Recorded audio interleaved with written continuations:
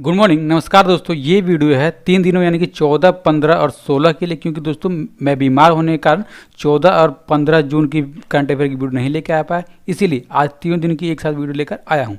आपको अगर इस वीडियो का पीडीएफ चाहिए तो हमारे टेलीग्राम ग्रुप को ज्वाइन कर लीजिए, जिसका लिंक इस वीडियो के डिस्क्रिप्शन में मिल जाएगा। आप आसानी से इस वीडियो का पीडीएफ डाउनलोड कर पाएंगे। तो चलिए देखते हैं आज की वीडियो का पहला प्रश्न।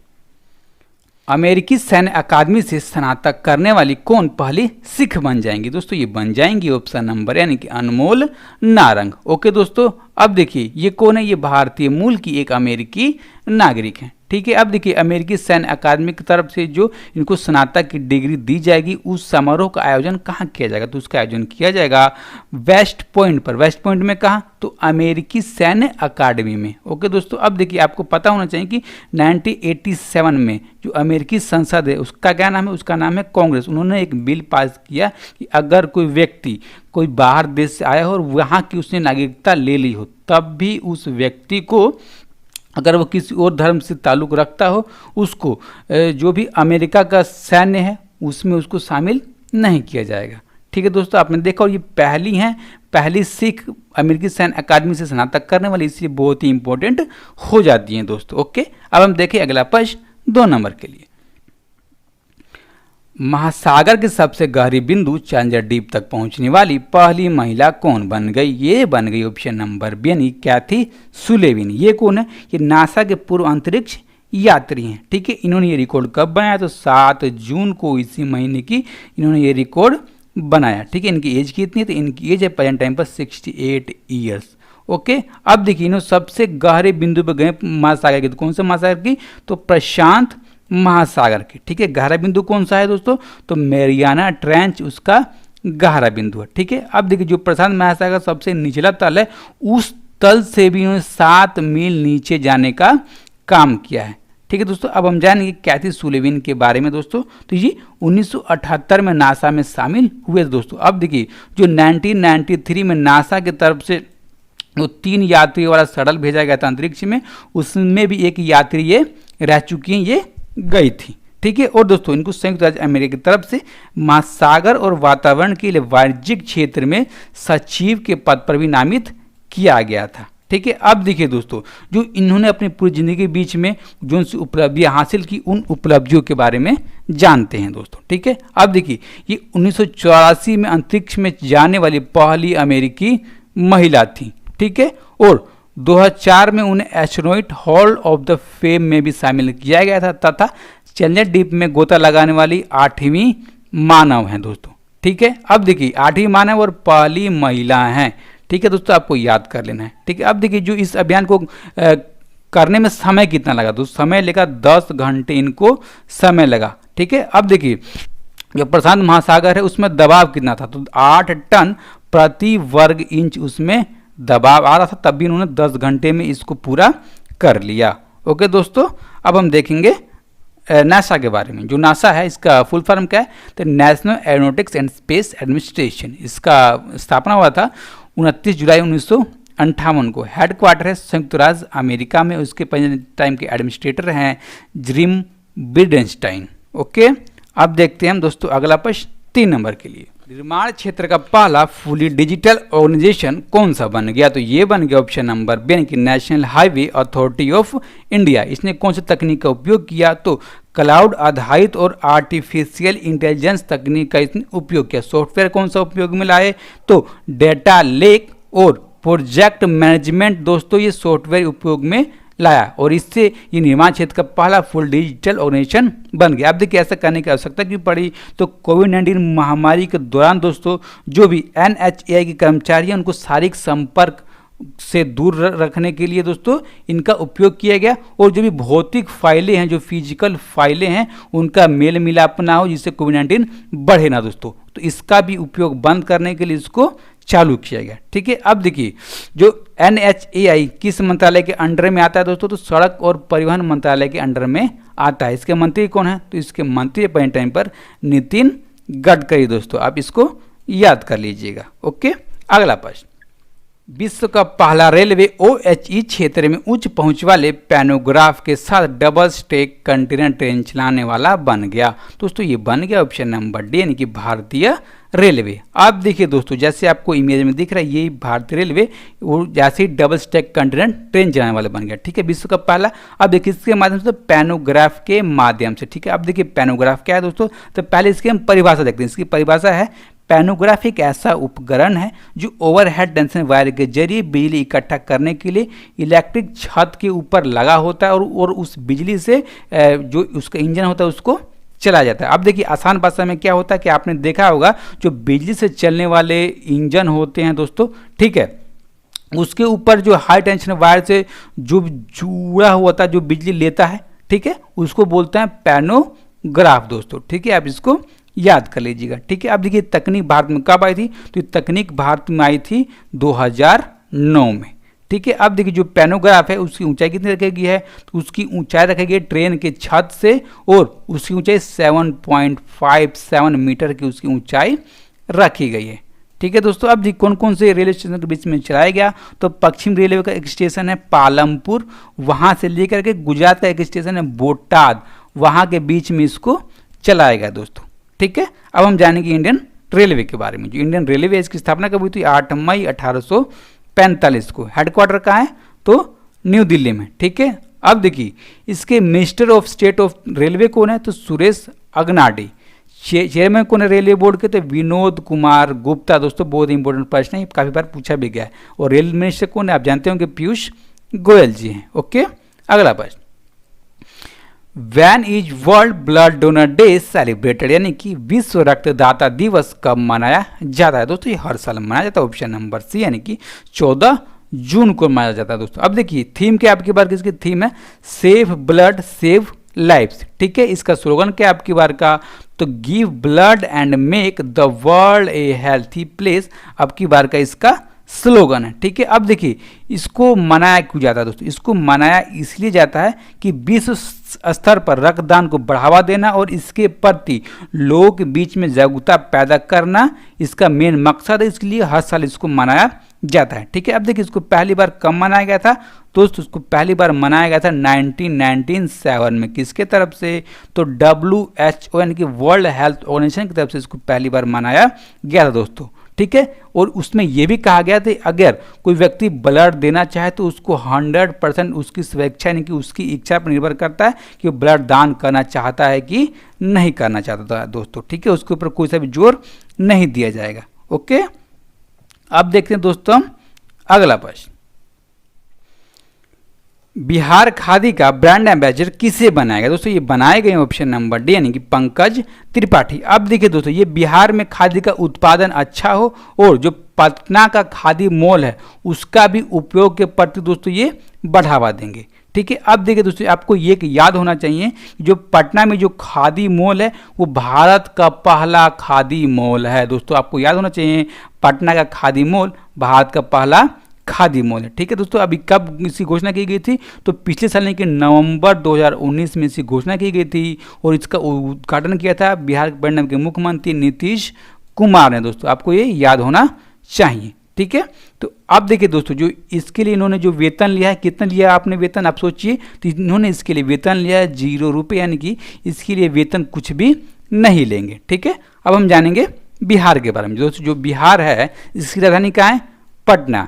इसके पटना में चीफ मिनिस्टर नीतीश कुमार तथा इसके गवर्नर हैं फागू चौहान और इसके पार्लियामेंट में सीटें हैं राज्यसभा की 16 और लोकसभा की 40। अब देखिए दोस्तों जो बिहार अपना स्थापना दिवस कब मनाता है, तो 22 मार्च को इसे स्थापना दिवस मनाता है। क्यों, क्योंकि इस दिन इसका गठन हुआ था कब, तो 22 मार्च 1912 को। ठीक है, अब राज्य कब मना था, तो 26 जनवरी 1950 को ये राज्य बना था। ठीक है, किस हाई कोर्ट के अंडर में आता है, तो पटना हाई कोर्ट के अंडर में आता है और इस हाई कोर्ट के पटना में चीफ जस्टिस हैं संजय करोल। ठीक है, इसके राजकीय पक्षी क्या है, गौरैया, पशु है गौर, वृक्ष यानी कि पेड़ है पीपल का पेड़, फूल है कचनार, चिन्ह है बोधि वृक्ष और मछली है दोस्तों मांगुर मछली। ओके, अब देखते हैं अगला प्रश्न, किसने chief of staff eastern naval command Visakhapatnam का कार्यभार ग्रहण किया। दोस्तों ग्रहण किया ऑप्शन नंबर डी यानी कि वाइस एडमिरल विश्वजीत दासगुप्ता ने। दोस्तों ये 1985 में इंडियन नेवी में शामिल हुए थे और ये दोस्तों नेविगेशन और डायरेक्शन के विशेषज्ञ हैं। ठीक है, अब देखिए इन्होंने इंडियन नेवी के कौन कौन से जहाज हो गए, कौन कौन से सुरक्षा वाहन पोत हो गए, मिसाइल हो गए, कौन कौन से इन्होंने चलाया दोस्तों, उनके बारे में जानते हैं। तो फ्रंट वेट INS दोस्तों निशंक, INS करमुक, INS फ्रिगेट, INS तवर, और दोस्तों एक विमान वाहक पोत है कौन सा, INS विराट, उसको दोस्तों इन्होंने काम करने का, इस पर काम किया, उसको चलाने का काम किया दोस्तों। ठीक है, अब हम जानेंगे जो भारत के परिणाम के रक्षा के दोस्तों हमारे चीफ हैं उनके बारे में। तो दोस्तों जो हमारे रक्षा के चीफ पहले कौन है, चीफ ऑफ डिफेंस स्टाफ पहले भारत के कौन बने, ये बने विपिन रावत जी, और प्रेजेंट टाइम पर यही हैं। ठीक है, चीफ ऑफ आर्मी कौन है, तो general Manoj Mukund Naravane. Air chief marshal हैं राकेश कुमार सिंह भदौरिया, और chief of the naval staff हैं दोस्तों एडमिरल करमबीर सिंह जी। ओके, अब हम देखते हैं अगला प्रश्न। यूटीआई म्यूचुअल फंड का CEO किसे नियुक्त किया गया दोस्तों, ये नियुक्त किए गए ऑप्शन नंबर से यानी कि इम्तियाज रहमान को नियुक्त किया गया। अब देखिए जो यूटीआई है इसका फुल फॉर्म क्या है, तो इसका फुल फॉर्म है यूनिट ट्रस्ट ऑफ इंडिया दोस्तों। अब देखिए ये प्रेजेंट टाइम पर यूटीआई म्यूचुअल फंड में अंतरिम CEO के पद पर दोस्तों नियुक्त है, और दोस्तों जो ये पद है 2018 में ही खाली हो गया था। ठीक है, तब से इनको अंतरिम CEO बनाया गया है। ठीक है, अब देखिए जो पद खाली हुआ था इस पद पर थे कौन पहले, तो लियो पुरी इस पद पर पहले काबिज थे। ठीक है, लेकिन वो सेवानिवृत्त हो गए, यानी कि रिटायर हो गए, तभी पद खाली हो गया था। ठीक है, अब देखिए दोस्तों जो यूटीआई है इसके पेन टाइम के वित्तीय अधिकारी कौन है, तो सुरोहित साराहा इसके पेन टाइम के वित्तीय अधिकारी हैं, तथा कंपनी के सचिव कौन है, तो अरविंद पाटेकर इस कंपनी के सचिव हैं। ओके, अगला प्रश्न, बॉडी स्कैनिंग सुविधा फैब्रियाई किस रेलवे जोन ने लगाया दोस्तों, ये लगाया गया ऑप्शन नंबर ए यानी कि मध्य रेलवे की तरफ से फैब्रियाई नाम की बॉडी स्कैनिंग सुविधा को लगाया गया। ठीक है, अब देखिए जो मध्य रेलवे के कौन से स्टेशन पर, तो 2 स्टेशन दोस्तों ये महाराष्ट्र के हैं, दोनों कौन से, छत्रपति शिवाजी महाराज टर्मिनल और लोकमान्य तिलक टर्मिनल, इन दोनों स्टेशनों पर इसको लगाया गया दोस्तों। ठीक है, अब दोस्तों एक काम क्या करता है, तो बॉडी स्कैनिंग करने का ये काम करता है दोस्तों। अब ये देखेगा कि वहाँ पर आने और जाने वाले जो कोई भी व्यक्ति हैं, कोई भी दोस्तों यात्री हैं, उनका बॉडी का टेम्परेचर ज़्यादा तो नहीं, अगर ज़्यादा होगा दोस्तों तो वहाँ पे एक अलार्म लगा होगा, वो अलार्म सीधे बज जाएगा और आर्टिफिशियल इंटेलिजेंस के माध्यम से दोस्तों ये बता देगा। ठीक है दोस्तों, अब हम देखते हैं जो हमारे रेलवे जोन है कितने हैं भारत में, तो टोटल रेलवे जोन है 18 दोस्तों। कौन कौन से हैं यहाँ पे दोस्तों लिस्ट दी गई है, आप इसको वीडियो रोकिएगा और आप याद कर लीजिएगा, और दोस्तों काफ़ी अधिक बार पेपर में पूछे गए और रेलवे के पेपर में तो काफ़ी अधिक बार पूछा जाता है। ओके, अगला प्रश्न, सुरक्षा बलों की वर्दी को सैनिटाइज करने के लिए किसने गर्मी क्लीन विकसित किया दोस्तों, इसको बनाया ऑप्शन नंबर ए यानी कि DRDO ने इसको बनाया। ठीक है, अब देखिए इसको विकसित किसने किया, तो सोवियर बायोटेक लिमिटेड ने इसको विकसित किया है दोस्तों।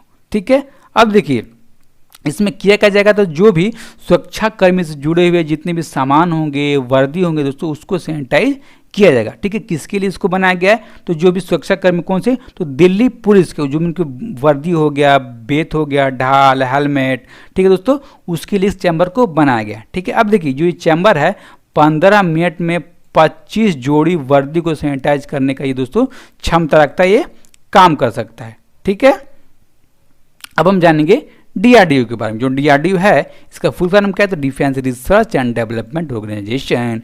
इसकी स्थापना हुई थी 1958 में। हेडक्वार्टर का है तो DRDO भवन न्यू दिल्ली, और इस कौन से मिनिस्ट्री के अंडर में दोस्तों रिपोर्ट करता है, तो मिनिस्ट्री ऑफ डिफेंस। और रक्षा मंत्री कौन है, तो राजनाथ सिंह भारत के टाइम के रक्षा मंत्री। और DRDO के परिणाम को चेयरमैन कौन है, तो doctor G Satish Reddy. Okay दोस्तों, अगला किसने CSIR national health care supply chain portal आरोग्य पथ शुरू किया दोस्तों, ये शुरू किया गया ऑप्शन नंबर डी यानी कि स्वास्थ्य मंत्रालय की तरफ से इसको शुरू किया गया। ठीक है, ये है क्या दोस्तों, तो ये स्वास्थ्य देखभाल आपूर्तिकर्ता श्रृंखला के लिए एक वेब आधारित समाधान निर्माता चेन पोर्टल है दोस्तों।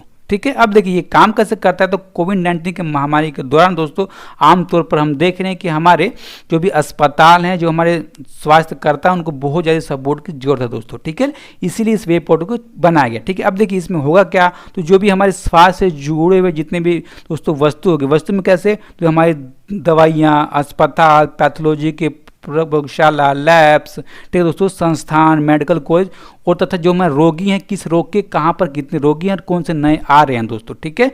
और जितने भी आपको ने बताया इन सब से जुड़े हुए उनकी लिस्ट बनाई जाएगी, और कहाँ पर किसकी उपलब्धता है, कहाँ पर किसकी कमी हो रही है, कैसे इसको पूरा किया जाए, ये सारा का सारा लिस्ट इस health care supply chain portal पर दोस्तों उपलब्ध रहेगा, ठीक है। अब देखिए ये किसका उपकरण है, तो CSIR का दोस्तों, जो CSIR है तो इसके बारे में जानते हैं दोस्तों। जो CSIR इसका फुल फॉर्म क्या है, तो इसका full form council of scientific and industrial research. इसके फाउंडर कौन है, तो इसके फाउंडर हैं R कोड रामस्वामी मुदलियार और शांति स्वरूप भटनागर। इसकी स्थापना कब हुई थी, तो 26 सितंबर 1942 को। अध्यक्ष कौन है, तो भारत के पेंडेम के प्रधानमंत्री जो होते हैं इसके अध्यक्ष होते हैं। इसके हेडक्वार्टर कहाँ है, तो नई दिल्ली में इसका हेडक्वार्टर है, तथा इसके पेंडेम के डायरेक्टर जनरल हैं शेखर C मंडे दोस्तों, ठीक है। अब हम देखते हैं नेक्स्ट क्वेश्चन 12 नंबर के लिए। स्क्रीनिंग निगरानी को तेज करने के लिए कैप्टन अर्जुन रोबोट किसने लॉन्च किया, इसको लॉन्च किया गया ऑप्शन नंबर ए, यानी कि मध्य रेलवे की तरफ से कैप्टन अर्जुन नाम का एक रोबोट लॉन्च किया गया। अब देखिए दोस्तों जो अर्जुन है इसका फुल फॉर्म क्या है, तो always be responsible and just use to be nice. एक बार और सुनिए, always be responsible and just use to be nice इसका फुल फॉर्म है। अब देखिए इसको लॉन्च किसने किया, तो RPF पुणे ने इसको दोस्तों लॉन्च किया है, ठीक है। अब देखिए काम क्या करता है, तो जो भी वहाँ पर यात्री आने वाले होंगे रेलवे स्टेशन पर, वो उनकी दोस्तों स्कैनिंग करेगा और निगरानी करेगा। निगरानी किसकी, जो भी उनका सामान लेकर आएंगे उनकी दोस्तों, ठीक है। अब देखिए इस काम के लिए इसमें एक मोशन सेंसर लगा हुआ है, एक PTZ कैमरा लगा हुआ तथा इसी के साथ में एक डोम कैमरा भी दोस्तों लगा हुआ है, ठीक है। अगर कोई भी आपातकालीन स्थिति होती है दोस्तों, तो ये अपने आर्टिफिशियल इंटेलिजेंस के माध्यम से ट्रैक करेगा और सायरन बजाने का काम करेगा दोस्तों, ठीक है।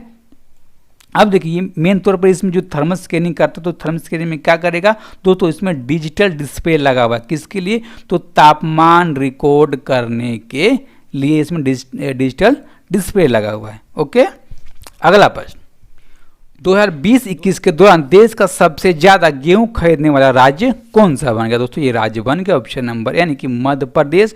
इस साल सबसे ज्यादा इसने देश में गेहूं खरीदा है। कितना खरीदा दोस्तों, तो 12.77 मिलियन टन गेहूं खरीदा है, ठीक है। 2 नंबर पे कौन है, तो 2 नंबर पे दोस्तों 12.76 मिलियन टन गेहूं खरीदने के लिए, ठीक है। अब देखिए जो पंजाब है हर साल नंबर 1 ही बनता आ रहा था, ठीक है, लेकिन इस बार नंबर 2 हुआ है। तो पिछले बार पंजाब ने कितना खरीदा था, तो 13 मिलियन टन दोस्तों खरीदा था, ठीक है। उससे पिछले साल यानी कि 2018-19 में 12.7 मिलियन टन, ठीक है दोस्तों। इसको आप याद कीजिएगा, बहुत इंपॉर्टेंट प्रश्न बन जाता है ये। ओके, अब हम देखते हैं अगला प्रश्न, हर घर निगरानी मोबाइल ऐप किसने शुरू किया दोस्तों, इसको शुरू किया ऑप्शन नंबर बी, यानी कि पंजाब सरकार ने घर घर निगरानी मोबाइल ऐप को शुरू किया। लॉन्च किसने किया, तो मुख्यमंत्री हैं कैप्टन अमरिंदर सिंह, उन्होंने इसको लॉन्च किया दोस्तों, ठीक है। अब देखिए इसके थ्रू निगरानी किसके ऊपर रखी जाएगी, तो जो भी व्यक्ति 30 साल से ऊपर है उनके ऊपर निगरानी रखी जाएगी। किसके माध्यम से, तो आशा कार्यकर्ता और स्वयं सेवकों के माध्यम से ये निगरानी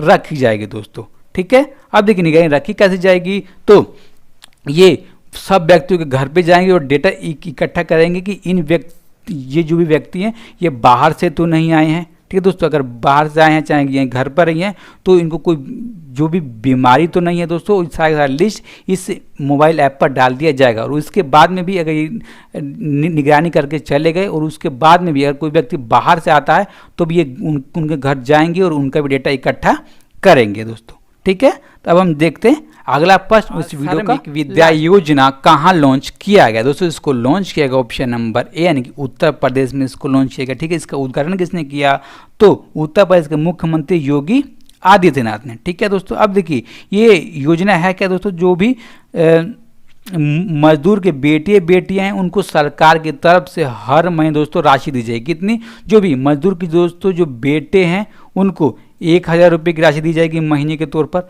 और जो बेटियां हैं उनको 1200 रुपये दिए जाएंगे हर महीने। ठीक है, किस लिए? कि उनका घर अच्छी तरह चल सके और जो पढ़ाई कर सकते हैं वो अच्छी तरह दोस्तों कर सकें। ठीक है, इनकी एज कितनी होनी चाहिए? तो इनकी एक 8 से लेकर 18 वर्ष तक की आयु के बीच में होनी चाहिए, तभी इनको ये राशि दी जाएगी सरकार की तरफ से दोस्तों। ठीक है, अगर कोई भी बच्चा दोस्तों 8वीं 9वीं और 10वीं में है तो उसको 6000 रुपये की अलग से राशि दी जाएगी सरकार की तरफ से। ओके, अब हम देखेंगे जो हमने पिछले वीडियो में प्रश्न पूछा था दोस्तों। क्या पूछा था? भारत बजट पारदर्शिता और जवाबदेही के मामले में किस स्थान पर है दोस्तों? ये स्थान ऑप्शन नंबर से यानी कि 53 स्थान पर, यानी कि इस रैंकिंग में 53वें नंबर पर। ठीक है, इस प्रश्न का जवाब किसने सही दिया? तो दोस्तों विजय कुमार, श्याम सिंह, सोनी जायसवाल, अमित मलिक, कुणाल कुमार सिंह और कृष्णा चनीजा, इन सब दोस्तों इस प्रश्न का सही जवाब दिया दोस्तों। ठीक है, अब हम देखेंगे आज के वीडियो का प्रश्न। क्या प्रश्न है? तो 1 मई को गुजरात के अलावा किसने अपना राज्य दिवस मनाया? यानी कि 1 मई को गुजरात के अलावा कौन सा ऐसा राज्य है जो अपना स्थापना दिवस मनाता है दोस्तों? ठीक है, आपको हिंट देता हूं कि इससे अलग ही हुआ होगा तब वो मनाता है। ठीक है, अगर दोस्तों आप इस चैनल पर नए हो तो चैनल को अभी दोस्तों अभी सब्सक्राइब कर दें, वीडियो को लाइक करें तथा ज़्यादा से ज़्यादा लोगों तक पहुंचाने के लिए वीडियो को शेयर करना बिल्कुल भी ना भूलें। ओके, अपना ख्याल रखिए। नमस्कार, धन्यवाद।